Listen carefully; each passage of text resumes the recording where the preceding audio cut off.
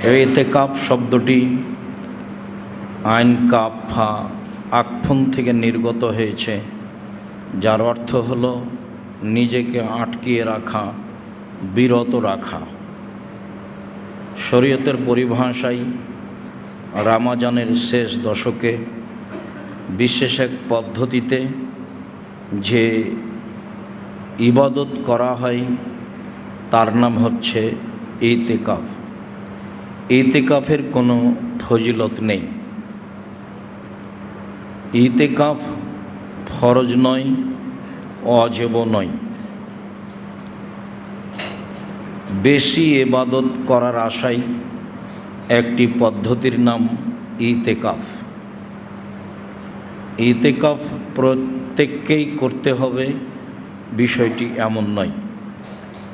মহল্লার গ্রামে অন্তত একজনকে ইতিকাফ করতে হবে মর্মে কথাটি মিথ্যা। এমন মনে করলে তা গুনাহ হবে। একটি বেশি ইবাদত করবে তার পদ্ধতিকে ইতিকাফ বলা হয়।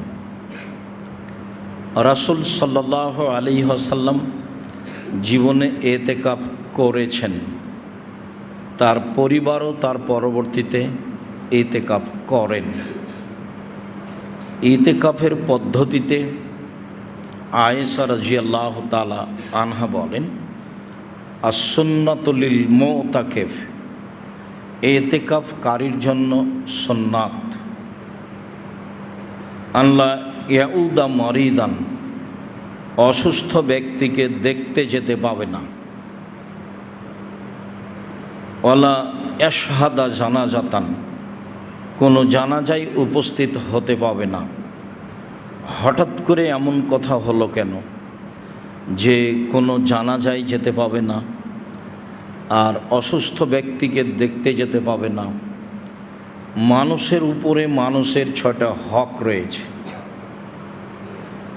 লিল মুমিন আলাল মুমিন সিত্ত খেসালিন, 6টা কাজ হক রয়েছে যা একজন মানুষ আরেকজন মানুষের জন্য করতেই হবে, জরুরি, অধিকার। তার একটা হচ্ছে কোনো ব্যক্তি অসুস্থ হলে তাকে দেখতে যেতে হবে। আপনার কাছে ও এটা অধিকার রাখে যে আপনি দেখতে যাবেন, এটা জরুরি। হ্যাঁ, আল্লাহ তাআলা একটা দয়া রহমত করবেন, যা রাসূল সাল্লাল্লাহু আলাইহি ওয়াসাল্লাম বলেছেন, এটা একটা অতিরিক্ত আল্লাহর পক্ষ থেকে দয়া, বোনাস।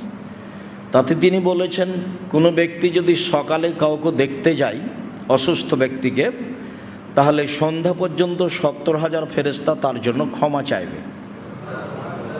আর যদি সন্ধ্যায় দেখতে চাই তাহলে সকাল পর্যন্ত 70,000 ফেরেশতা তার জন্য ক্ষমা চাইবে। আপনি যেতে বাধ্য, কিন্তু যেটা হবে সেটা আল্লাহর দয়া। দয়া হলো আপনাকে যেতে হবে, না হলেও যেতে হবে অসুস্থ ব্যক্তিকে দেখতে, এটা আপনার জিম্মেদারি। তাই এখানে বলা হলো ইতিকাফে এই কাজে যাবে না, যদিও কাজটা জরুরি। জানাজায় উপস্থিত হবে না। রাসূল সাল্লাল্লাহু আলাইহি ওয়াসাল্লাম বলেছেন কেউ যদি জানাজায় উপস্থিত হয় তাহলে 1 কেরাত নেকি, মাটি দেওয়া পর্যন্ত যদি থাকে তাহলে 2 কেরাত নেকি। 1 কেরাত হলো উহুদ পাহাড়ের সমান। আর উহুদ পাহাড় 4 কিলোমিটার প্রশস্ত, 8 কিলোমিটার লম্বা। নিচে যে কত আছে তা মানুষ জানে না। তাহলে অনেক নেকি। জানাজায় যাবেন, মাটি দেওয়া পর্যন্ত থাকবেন, সবাই মিলে দোয়া করলে তা বিদাত হবে, তখন অংশগ্রহণ করবেন না। মাটি দেওয়া শেষে বলবেন আল্লাহুম্মা গফির লাহু ওয়া সাব্বিতহু, বাস ফিরে আসবেন। তো এই যে এত নেকি, এটা আল্লাহর দয়া, আপনি জানাজায় যেতে বাধ্য। তো ইতিকাফ অবস্থায় এই বাধ্য কাজগুলি করা হবে না। এরপরে বলেন ওয়ালা ইয়ামাসসা ইমরাআতান, পারিবারিক স্ত্রী মিলনে লিপ্ত হতে পাবে না। ওয়ালা ইউবাশিরাহা, তার শরীরের সাথে শরীর মিলাতে পাবে না। ওয়ালা ইখরুজা লেহাজাতিন ইল্লা লিমা লা বুদ্দা মিনহু, জরুরি প্রয়োজন ছাড়া স্থান ত্যাগ করতে পাবে না। তাহলে পেশাব পায়খানা, গোসল জরুরি প্রয়োজন ছাড়া যেই জায়গায় থাকছে, মসজিদ, তো মসজিদ পুরোটাই ধরে নিতে পারি আমরা আমাদের শারীরিক সুবিধার জন্য, তো জরুরি প্রয়োজন ছাড়া তার স্থান থেকে যেতে পাবে না। এ কথা রাসূল সাল্লাল্লাহু আলাইহি সাল্লাম বলেন, যা আয়েশা রাদিয়াল্লাহু তাআলা আনহা সুন্নাত বলে ঘোষণা করেন।